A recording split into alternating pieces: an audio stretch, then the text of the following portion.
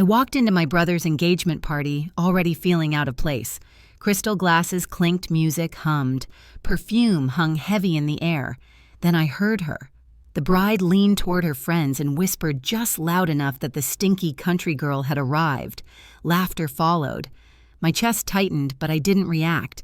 None of them knew I was standing in a hotel I owned, or that this night wasn't ending in toasts. Before I get into what happened next, tap like and tell me where you're listening from and if you've ever been quietly underestimated, because what happened after that whisper changed everything forever. My name is Peyton Burns. I'm 32, and for most of my life, I've learned how to take up very little space. I speak softly. I listen more than I talk. I wear simple clothes that don't announce anything about me. Not because I lack confidence, but because I learned early that being underestimated can be safer than being noticed. I grew up in a small town where everyone knew everyone else's business.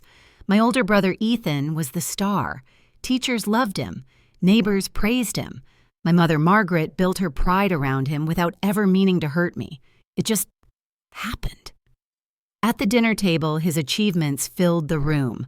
Mine were met with polite nods, like background noise. The only person who truly saw me was my grandmother.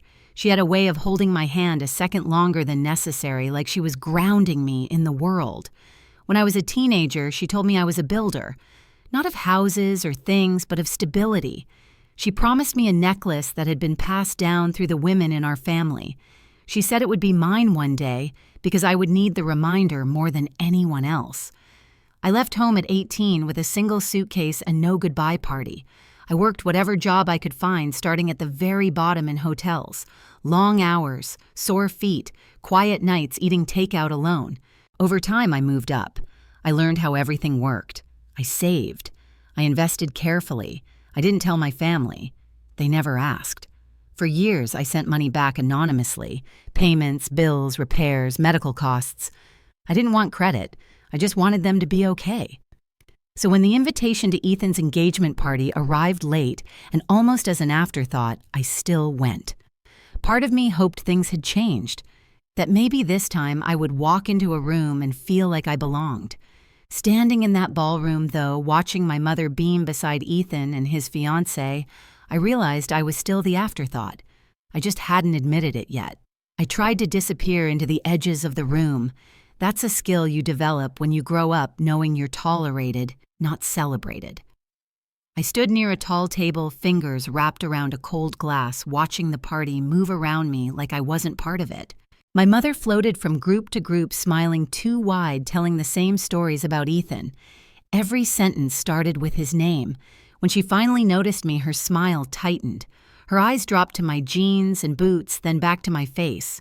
She leaned in and asked quietly but pointedly if I'd considered wearing something more appropriate. She said Ethan's fiancé came from a refined family, stressing the word like it was a correction. I told her I came straight from work. She sighed the same tired sigh she'd used my whole life and turned away before I finished the sentence. That's when I saw it. The necklace. It rested against Lena's collarbone, catching the light every time she laughed. The delicate chain, the small familiar pendant, my grandmother's necklace, the one she'd promised to me while squeezing my hand in a hospital room that smelled like antiseptic and fading hope. My stomach dropped so hard I felt dizzy. I watched Lena move through the crowd, graceful and polished, accepting compliments like they were owed to her. The necklace looked wrong on her, not because she didn't look good, but because it didn't belong there. I was still staring when she found me. She approached with a smile that never reached her eyes, placing a hand lightly on my arm like we were close.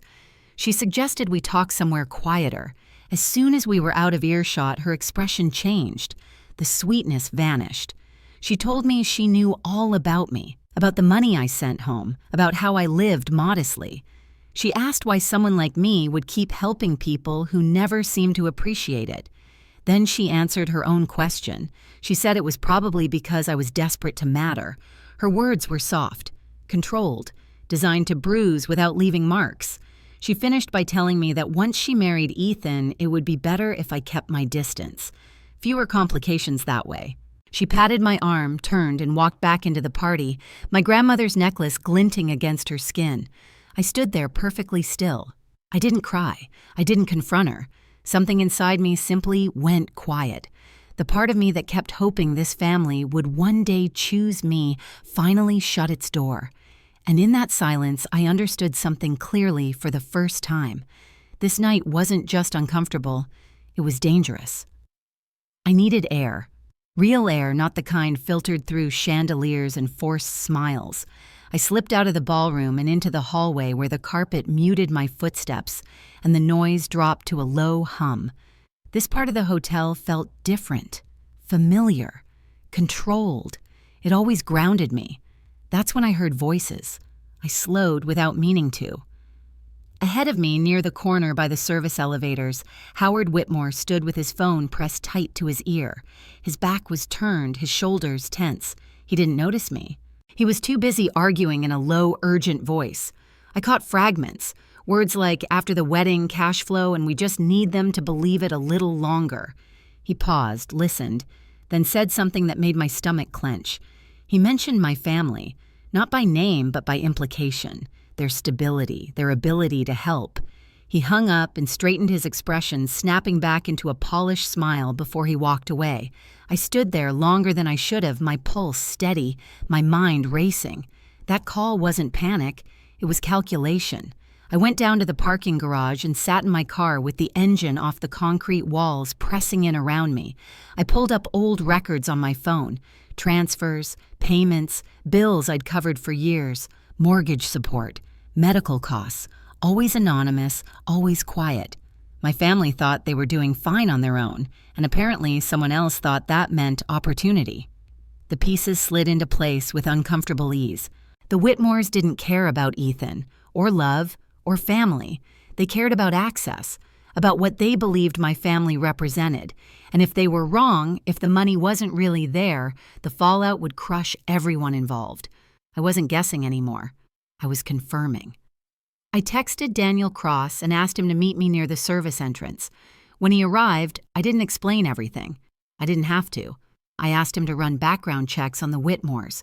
Quietly, thoroughly, he nodded once and left. Then I called my lawyer. Rachel answered immediately. I told her I needed options, fast ones. I also called Hannah, someone who understood numbers the way most people understood emotions. I asked her to look for patterns, anything that didn't add up. I went back upstairs, composed calm, almost detached. Inside, the party continued. Music, laughter, glasses raised, but something fundamental had shifted. This wasn't about being insulted anymore. It wasn't even about the necklace. It was about stopping something before it destroyed my family.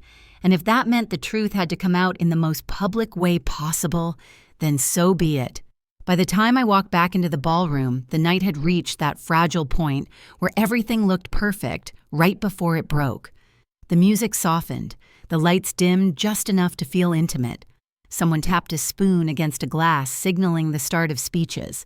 Howard Whitmore was already making his way toward the small stage champagne flute in hand, smiling like a man who believed the room belonged to him. Lena stood beside Ethan, her hand looped through his arm, my grandmother's necklace resting exactly where it shouldn't have been. My mother sat near the front, beaming, unaware that the ground beneath her chair was about to disappear.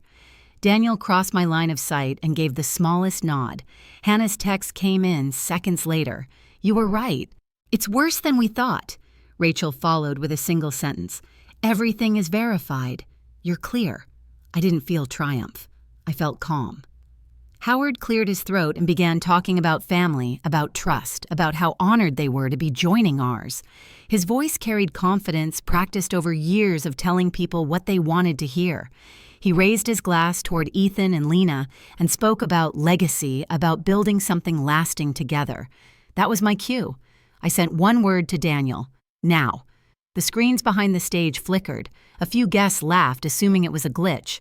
Then the slideshow of engagement photos vanished, replaced by a stark white page filled with official-looking text. The room went quiet in stages like a wave rolling through a stadium. Howard's smile froze. The document on the screen showed a financial summary. Clean, simple, names highlighted, numbers rounded, payments flowing into places they shouldn't have. Another page followed. A different state. The same pattern. Then a third. and a fourth. The room filled with murmurs as people leaned forward trying to make sense of what they were seeing. Howard stammered into the microphone, calling it a mistake, a technical issue. He motioned frantically toward the booth. No one moved. The next image appeared, a photo of Lena, younger, different hair, different name beneath it. She went still. The color drained from her face as quickly as if someone had pulled a plug. Elaine Whitmore reached for Howard's arm, whispering urgently, but there was nowhere left to hide. The documents kept changing. Reports, summaries, patterns anyone could follow if they were willing to look. Ethan turned to Lena, confusion written across his face. He searched hers for reassurance and found none. My mother looked between them, her smile gone, her hands clasped too tightly in her lap. I stepped forward, then the sound of my boots against marble cutting through the silence. Conversations died mid-sentence. Heads turned. I felt hundreds of eyes land on me, some recognizing me for the first time all night. Daniel's voice came through the speakers, steady and professional, introducing me not as a guest, but as the person responsible for the room they were standing in. I took the microphone gently from Howard's hand. He didn't resist. "I'm sorry to interrupt," I said, my voice even, "but I think everyone deserves to know what they're celebrating." Lena finally found her voice. She accused me of lying, of being jealous, of trying to ruin her happiness because I couldn't stand being on the outside. Her words came fast, sharp, desperate. I didn't argue. I didn't raise my voice. I simply gestured to the screens. "These records were reviewed by professionals," I said. "They show a pattern of taking money under false pretenses, moving it through accounts, and leaving others to deal with the consequences. The names may have changed. The structure didn't." Howard tried to step away. Security blocked him calmly, firmly. Elaine began to cry, insisting there had been a misunderstanding, that everything could be explained. "That's exactly what this is for," I said quietly. The doors at the back of the ballroom opened. A woman in a dark suit walked in, badge visible, her presence cutting through the room like a blade. She wasn't rushed. She didn't need to be. 2 others followed her. She introduced herself and stated clearly and without drama that there were ongoing investigations connected to the information displayed. She asked Howard and Elaine to come with her. Howard's confidence collapsed in real time. His shoulders sagged. His voice cracked. He tried to say my name like it was a plea. Lena turned to Ethan, her grip tightening on his arm. She begged him to believe her, to remember what they had, to not let his sister do this. Her voice broke raw and frightened. Ethan looked at her for a long moment. Then he stepped back. "I don't know who you are," he said quietly. "I don't think I ever did." Something in Lena snapped. She screamed, accusing me of destroying everything, of being exactly what she'd called me earlier. She lunged forward, but security intercepted her easily. As they guided her away, the necklace slipped from her neck and hit the floor with a sound far louder than it should have made. The room felt hollow after they were gone. I picked up the microphone one last time. "The food is paid for," I said. "The bar will stay open. You're welcome to stay or leave as you choose." Nervous laughter rippled through the crowd. The DJ hesitated, then started the music again, softer than before. I walked over to my mother and showed her my phone. Transfers, payments, bills. Years of support she'd assumed came from someone else. She stared at the screen, then at me, her expression folding inward. Ethan found me near the bar later. He didn't speak at first. When he finally did, it was to say he was sorry. Not loudly, not dramatically, just honestly. I held my grandmother's necklace in my palm, its weight familiar grounding. The party didn't end with cheers or applause. It ended with truth, and that I realized was far more powerful. The days that followed felt quieter, like the world had exhaled after holding its breath too long. The investigations moved forward without drama. There were statements, meetings, careful language. Consequences unfolded the way they always do when truth is finally allowed to stand on its own. Ethan came by a few days later. No excuses, no speeches. He looked smaller somehow, stripped of the certainty he'd worn his whole life. He told me he kept replaying the signs he'd ignored. I told him healing doesn't start with explanations. It starts with listening. He nodded like that was something new to him. My mother called after that. Her voice didn't carry authority this time. It carried weight. She said she hadn't known. I told her that wasn't the same as not being responsible. I showed her the records again, the payments, the bills, the years I'd stayed invisible so no one would feel indebted to me. She cried quietly, not to be forgiven, but because something had finally broken open.